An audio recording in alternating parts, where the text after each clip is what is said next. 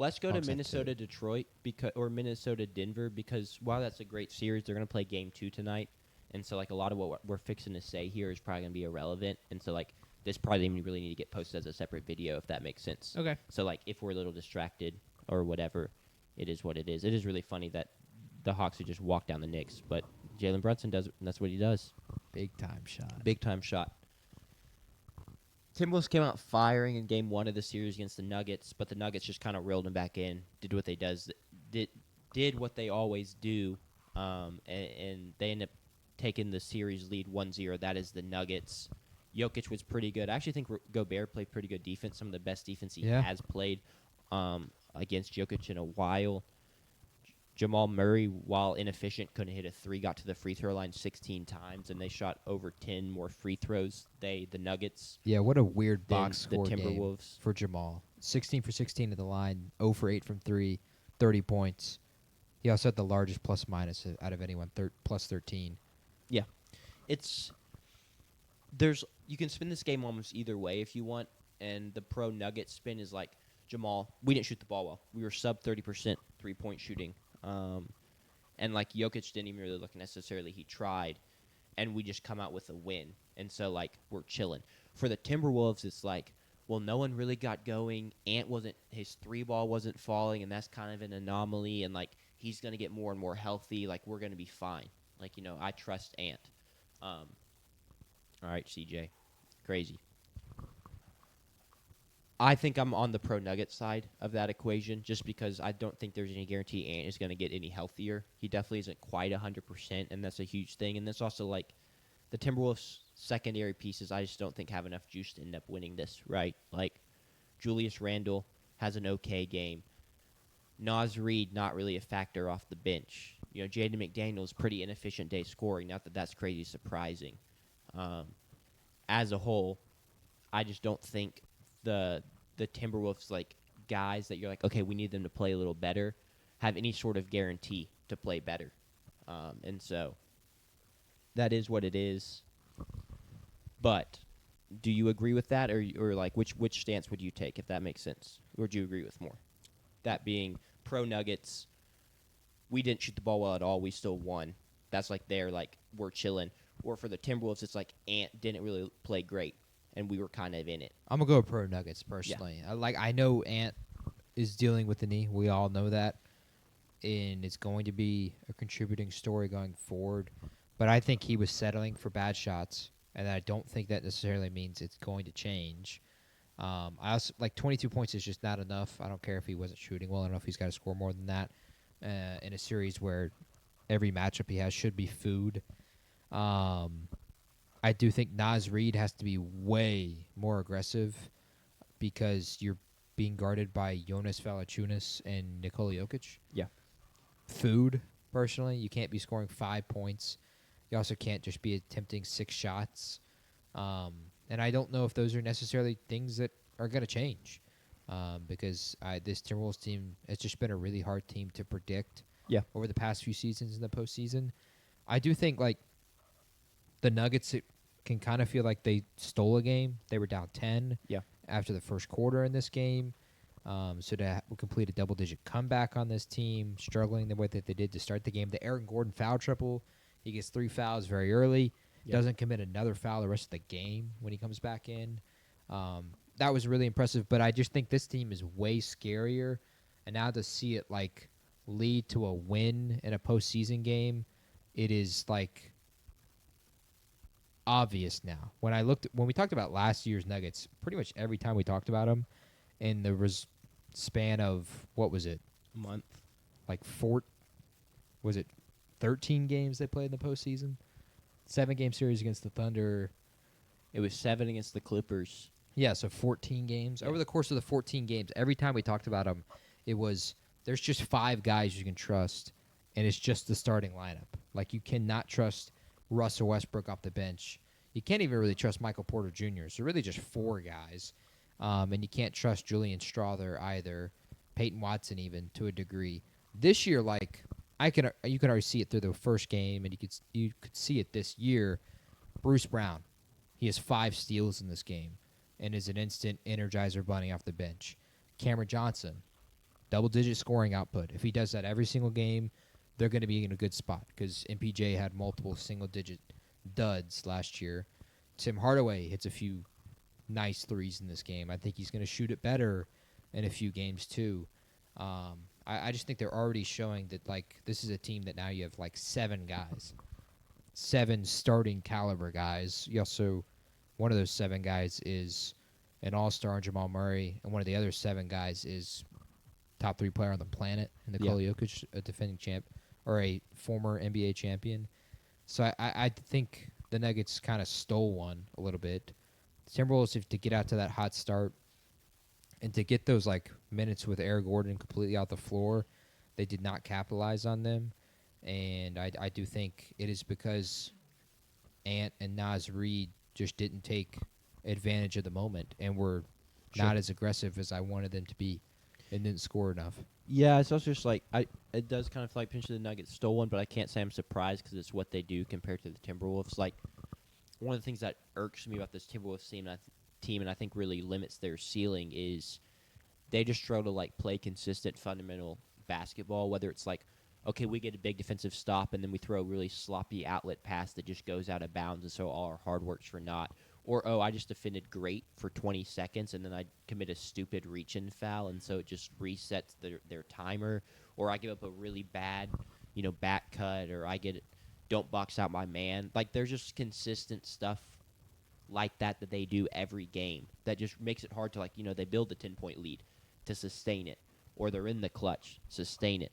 Now, they have a lot of talent, so they have a lot of ways to work out it. And it's not like they're doing that every play. But, like, for these championship contention teams, like, when the game matters the most, like, the little things really do add up. I do want to give props to Rudy Gobert. Had a pretty good game. I think he had 17 points. Let me see. Yeah, 17-point games. Only missed 1 shot. And like I said earlier, defended Jokic pretty well, all things considered. Yeah.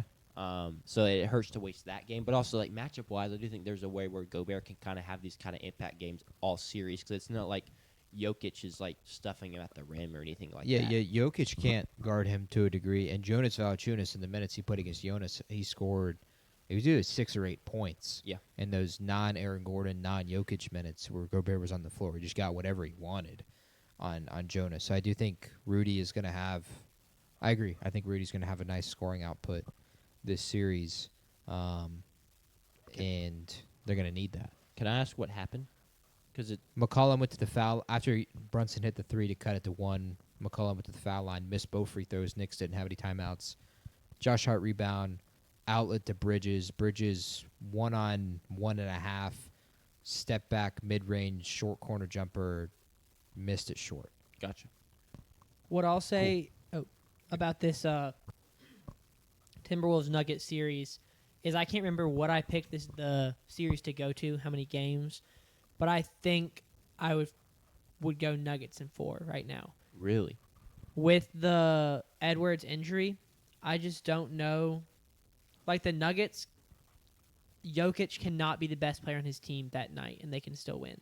Now, he's going to have to still be really good, but like Jamal Murray led the team in points, led the team in plus-minus with plus 13. Yeah, but Jokic still had the 11. He still had the triple-double. He was still good. But I just, like, I don't know if Edwards has that. Like, Edwards has to score 40, or in my opinion, or 35 or 40. Because, like, you look at their other playoff wins, but can he do that right now with his injury, or is that going to hold him back? I don't care.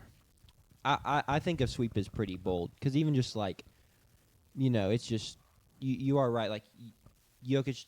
No, I would argue Jokic is basically always the best player on the team just because of the all-around impact. But, like, Jamal Murray can be really good. But there is still a world where, like, Julius Randle has a really good game. Or, like, the Timberwolves' secondary pieces, Dante DiVincenzo, Ayo DeSumo, Jaden McDaniels combined for, like, 11 threes or something like that. Like, they have a lot of avenues that can win the game. The biggest thing is, like, they're not going to win 4 with Ant not playing very well. But they could still get 1 or 2. And, like, playoff atmospheres do matter. Like, they're going to eventually get Game 3 at home in Minnesota. That place is going to be riled up. Yeah. The Target Center. Yeah, the Target Center. It could be a sweep. And Denver would love to be a sweep because that's where my mind was going. Because OKC's probably fixing the cakewalk to a conference finals I mean, they very well may play 8 games and be in the conference finals the way things are shaping up. Yeah. And Denver needs to try and stay as fresh as possible, and they're going to have San Antonio probably in round 2. But I think that's counting the Wolves out and not giving them enough credit for what they've accomplished. I mean, they've been to back-to-back conference finals. Right. So I think they deserve a little bit of respect. Edwards scored like 30, 35 in most of those wins. I think it's a fine point. Like, I can understand the argument for it. But I also have just seen too many Nuggets-Timberwolves games to know that the Timberwolves are very, very capable of starting like they did to start game 1, getting that 10-point lead, and then just continuing the rest of the way. They've done that before. They've blown out the Nuggets before. They've also completed big comebacks on the Nuggets before. So I just think they know. Chris Finch said it before game 1. He was telling whoever the Amazon Prime crew was that was doing this game, he was telling them that their plan for Jokic was just, let's just go win the game. Like, there wasn't even like we've debated, do you let Jokic score 50 or let him get the triple-double? Their plan was just, let's just go win the game, because they've done that 7 times against the Nuggets in the playoffs. So they know it's possible, and I think they just need to, like, just go execute it. Like, it's almost, I almost would compare it to, like, sometimes an angle ball where it's you're the better team, but you had a bad first half, and it's just like, we know what we have to do. Let's just go do it. Let's just go get it done. And I think the Timberwolves have the confidence that they can do that, and I do think this series still could go 6 or 7. I mean, it's the one thing of, like, they have that confidence because of Ant. Ant probably thinks he's the best player in the NBA. And while I don't agree with that, I think he's within his rights to feel like that with the types of performances he can have. And so that swagger, they're just going to carry that with them. I completely agree. Also, if we get the Timberwolves Nuggets game up when we get a chance, that'd be fantastic. But yeah, I just don't see sweep happening. I think it's possible. Like, it very well could just be another one of your takes. Is like, me and Jack are like, yeah, that's a bunch of BS crap. Yeah. Which we didn't say that literally, but we kind of said that. Yeah. And then it's just right. Yeah. So we shall see. We shall see. But I don't think it's as outlandish as the other ones we've seen in the past. That's for sure. Hey, some of those very outlandish ones have been correct. I mean, you can. I say I just disagree. I just said, I trust Jalen Brunson down the clutch. Like, if it's a close game, I struggle to think the Hawks win it. And CJ McCollum just goes band for band down the stretch. Suddenly, the series is tied. And Jalen Brunson didn't have either of the last 2 Knicks shots, or he didn't have the last one? Did he have the second last one? He didn't have the last one. He hit the 3 to make it 1 point. He hit the 3. But he hit 2 threes back to back. He got ripped by Nickeil Alexander-Walker to let the Hawks extend the lead to 4 points. Yeah. So what do I know? Yeah. Now that we've mentioned or talked about the 2 teams where this is involved, I want to talk about Gatorade Gate. Sure. Which I mentioned in the chat and then didn't follow up on because mysterious reasons. Have we seen the clip of Anthony Edwards and Karl-Anthony Towns? I've seen Anthony Edwards drinking and be like, man, this shit tastes good or something like that. Yeah. Cat did the same thing. He sipped the Gatorade post-game, game 1, and then was like, whatever he said, like, damn, this is really good or whatnot. Apparently, Gatorade has come out with, they're called Gatorade mashups. Oh. Where they're combining 2 of their iconic flavors. The specific one that Ant and Cat were drinking was the Glacier Freeze combined with the Glacier Cherry, which is like the... you can kind of see from the picture, Jack. Yeah, it's like the light blue and the clear. Yeah, the light blue and the clear. They combined the 2 of those, and they both liked it. Sadly, this has not hit the shelves in Starkville, Mississippi. I was going to get those, and we were going to try them tonight. I was about to say, I'm bringing some for draft night. If I find them by draft night, we'll bring them and we'll taste test them to see if Ant and Karl-Anthony Towns' reactions. They're both really funny. Yeah. People thought it was like just fake advertisement kind of thing, but I don't know. Gatorade's pretty damn good, so that it very well could just be. Well, I mean, Anthony Edwards has had some Gatorade controversy before. He has. There's the clip where he almost takes a sip 10 different times in a 30-second span. But I saw the Ant clip where he was like, "Man, this tastes good." I didn't see the cat one. That's good. And now I really want to try it. It's a good idea from Gatorade for a little flavor mashup. Yeah, I'm gonna keep looking this week, Bet. and maybe we try it on Thursday. If it's again Starkville, very prestigious place, so it's hard to get good things out here because we're kind of out on an island. Yeah, it's not great for stuff like that. That's for sure.